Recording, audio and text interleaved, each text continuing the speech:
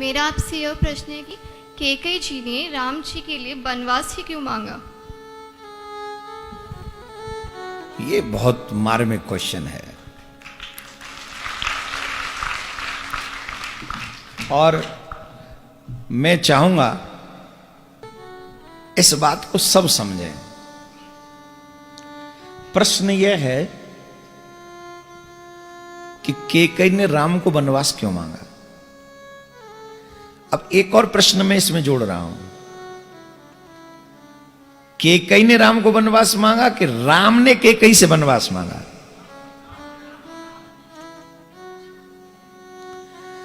जितना बड़ा त्याग मां कैकेयी ने सनातनियों के लिए किया है ना, उतना बड़ा त्याग इतिहास में आज तक किसी ने नहीं किया, किसी ने भी नहीं किया।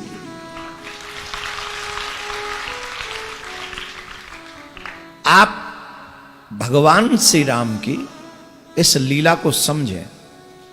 बचपन से लेकर बड़े होने तक राम कौशल्या जी के महलों में कम रहे और कैकेयी मां के महलों में अधिक रहे, और सबसे ज्यादा भगवान श्री राम ने जो प्रेम किया है ना किसी से माओ में, वो कैकेयी मां से किया।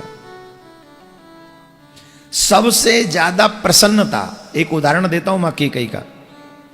जिस समय राम जी का विवाह हुआ, मुख दिखाई चल रही थी, और जब मुख दिखाई चल रही थी तो सीता मां आई थी ना, तो उनको मुख दिखाई में कुछ तो देना ही होता है।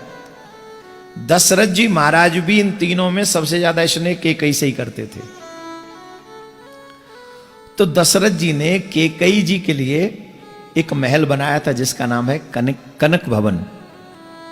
क्या नाम है? कनक भवन। क्या आप वहां रहो?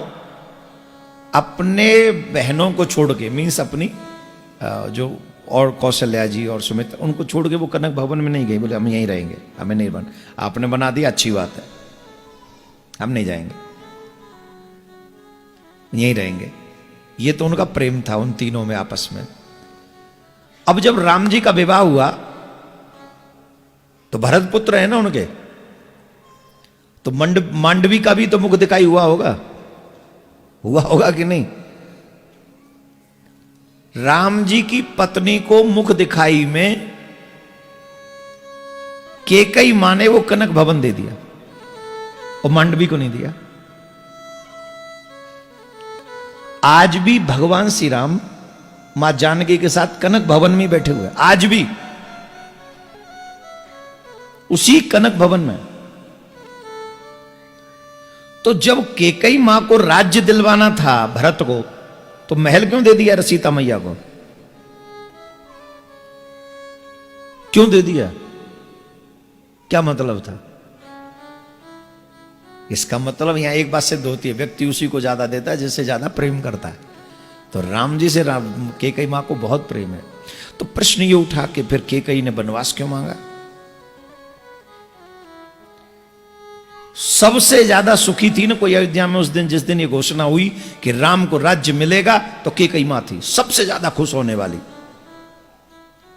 और सबसे ज्यादा कोई दुखी होने वाला था तो वो राम ही था कि मुझे राज्य क्यों हो रहा है। राम जी प्रसन्न नहीं थे। राम जी बिल्कुल भी प्रसन्न नहीं थे कि मुझे राज्य क्यों हो रहा है। वो बोले मुझे नहीं चाहिए राज्य। राम जी के मन में एक बात आ गई कि मैं जिस कार्य को करने के लिए आया हूं, अगर मैं राजा बन गया तो तुम्हें वो काम कर ही नहीं पाऊंगा। राजा बनने के लिए थोड़ी आया हूं धरती पे। राजा बनने के लिए तो मैं बैकुंठ का राजा हूं, साकेत का राजा हूं। मेरे पास क्या कमी है राजा की?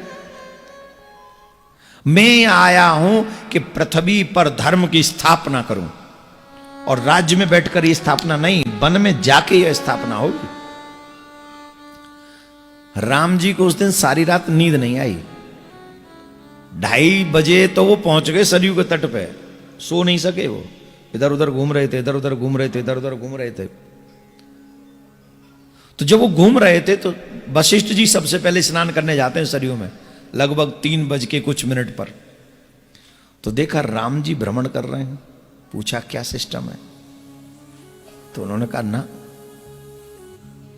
गुरुदेव, मैं आपको प्रणाम करता हूं मुझे बचा लीजिए, मुझे राज्य नहीं करना है। बोले हाँ जानता तो मैं भी हूं कि तुम्हें राज्य नहीं करना है, पर तुम्हारे पास कोई और ऑप्शन नहीं है। अब तो घोषणा हो चुकी। बोले कुछ भी करो। बोले इस अयोध्या में एक पक्षी भी ऐसा नहीं है जो तुम्हारे विरोध में है। भाई ये सब कुछ विपक्षी हो तो कुछ काम चले ना, एक पक्षी भी विपक्षी नहीं है तुम्हारा। बोले नहीं कुछ तो बताओ, आप गुरु हैं, आप ही मार्ग बता सकते हैं। तो वशिष्ठ जी ने कहा इस समय अगर कोई तुम्हारी हेल्प कर सकता है ना तो तुम्हारी मां है कैकेयी, और कोई नहीं। बोले प्राण निकल जाएंगे? वो नहीं मानेंगे। बोले चाहे उसके प्राण निकल जाए, पर जो राम मांगेगा वो कैकेयी जरूर देगी, जो राम मांगेगा। पर एक अपनी बात ध्यान रखना, पहले अपनी कसम दिलवा लेना, शपथ ले लेना कि जो तुम मांगोगे। राम ने आज तक किसी से कुछ नहीं मांगा। गई, गुरुदेव को प्रणाम किया और प्रणाम करके वो पहुंचे और कैकेयी माँ ने देखा, बड़ी प्रसन्न हुई। और कैकेयी माँ के आगे राम आज पहली बार कुछ मांग रहे हैं। राम इस समय क्यों आए हो? बोले आपसे कुछ मांगने आए हो। तुम मांगोगे? तुम मांगोगे? तुम्हें मांगना आता भी है? मेरा राम मांगेगा? मुझसे मांगेगा जिसने आज तक किसी से कुछ नहीं मांगा। कैकेयी कहती है तुझे जो मांगना है मांग ले, जो मांगना है मांग ले, बस मेरे प्राण मत मांगना, मेरे प्राण मत मांगना, कल तक के लिए मेरे प्राण छोड़ देना। क्यों? क्योंकि मैं तुम्हें राजा बनते हुए देखना चाहती हूं। मैं तुम्हें राजा बनते हुए देखना चाहती हूं। कल के बाद अगर तुझे मेरे प्राण भी मांगने हो तो मांग लेना, मैं दे दूंगी। अब बोलो राम की क्या दशा होगी वहां, और कैकेयी मां की क्या दशा होगी। कहा कि मैं कुछ मांगूंगा। बोलो क्या? ऐसे नहीं, पहले मेरी शपथ खाओ। मेरी शपथ होगी तो मैं मांगूंगा। क्या तुम्हें अपनी मां पे भरोसा नहीं है, विश्वास नहीं है? बोले है, पर जो मांगना चाहता हूं ना वो मुझे शपथ के बिना नहीं मांगना। कैकेयी मां को संकोच हुआ कि आज पहली बार राम मांग रहे हैं, वो भी ऐसा बिना शपथ के नहीं मांग रहे। पूछा, बार बार कहा। बोले नहीं शपथ, पहले मेरी शपथ। कैकेयी मां कहती है जो राम मांगेगा, मैं राम की शपथ खा के कहती हूं जो मांगोगे सो दूंगी। भगवान श्री राम चरणों में प्रणाम करके कहते हैं मां, मैं ये जानता हूं कि जो मैं मांग रहा हूं उसके बाद संसार में सबसे बड़ा अपयश आपका होगा। मैं ये भी जानता हूं जो स्त्री कभी नहीं चाहती शायद वो स्वरूप भी तुम्हें प्राप्त हो जाए, शायद तुम विधवा भी हो जाओ। और मैं ये भी जानता हूं कि शायद जब मैं मांगूं और तुम दो, भरत शायद तुम्हें उसके बाद कभी मां नहीं कहेगा। पर मां तेरा राम चाहता है, तेरा राम चाहता है, इसलिए दे दे, मना मत करना, शपथ दे चुकी हो। मैं राज्य नहीं करना चाहता, मैं वन में जाना चाहता हूं। इस अयोध्या में एकमात्र आप ही हो ऐसी जो मेरे लिए 14 वर्ष का वनवास मांग सकती हो। आज अपने राम को भिक्षा में मांगने से राम को 14 वर्ष का वनवास दे दो।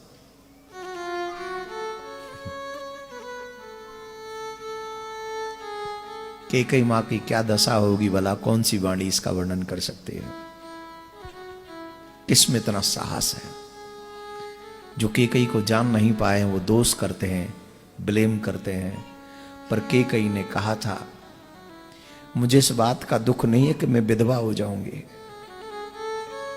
मुझे इस बात का भी दुख नहीं है कि मेरा भरत मुझे कभी मां नहीं कहेगा, मुझे इस बात का भी दुख नहीं है कि संसार में मेरा बहुत बड़ा अपयश होगा, मुझे दुख तो सिर्फ इस बात का है कि मेरा राम वन में कैसे रहेगा। वो बन के दुख कैसे सहेगा। इतना सुकोमल राम नहीं। तुम एक काम करो, राम मेरे प्राण मांग लो, वनवास मत मांगो अपने लिए।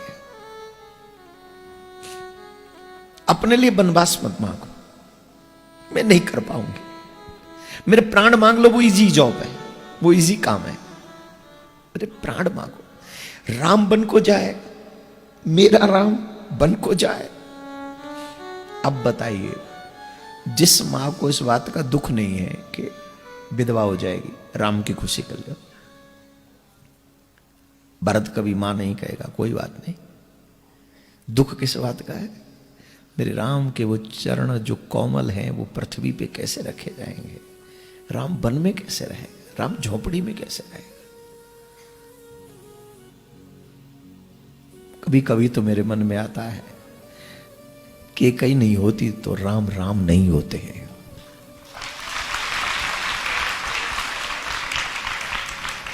कई मां के त्याग ने ही राम को राम बनने का अवसर दिया है। वो कई माई है, आज तक कोई कई नाम नहीं रखा अपनी बेटी का। सुमित्रा मिल जाएंगी, कौशल्या मिल जाएंगी, पर कोई नहीं। और ये सारा अपयश मां कई ने सिर्फ और सिर्फ राम का यश बढ़े, राम की इच्छा पूरी हो, राम जो चाहते हैं वो मिल जाए, इसके लिए मां कई ने। अब प्रश्न आपने किया कि कई मां ने वनवास क्यों मांगा। अब बताइए, कई मां ने वनवास मांगा कि राम ने कई मां से वनवास मांगा? राम ने। मैं अनंत अनंत प्रणाम करता हूं मां कई को, जिन्होंने उन तमाम लोगों के लिए राम का वनवास मांग लिया जो ग्रामीण थे, जो ग्राम में वास करते थे, कोल के रात थे, वो भील थे, वो आदिवासी लोग थे, वो ग्रामांचल के लोग थे, जो कभी भी महलों की तरफ नजर उठा के साहस नहीं कर पाते थे। उन पशु पक्षियों को भी, बानरों को भी राम का दर्शन करने का सौभाग्य अगर किसी ने दिलाया तो वो मां कई ने दिलाया। इसलिए हम उनको नमन करते, उनको बार बार नमन करते हैं, हम नमन करते हैं। राधे राधे बोलना पड़ा। राधे राधे।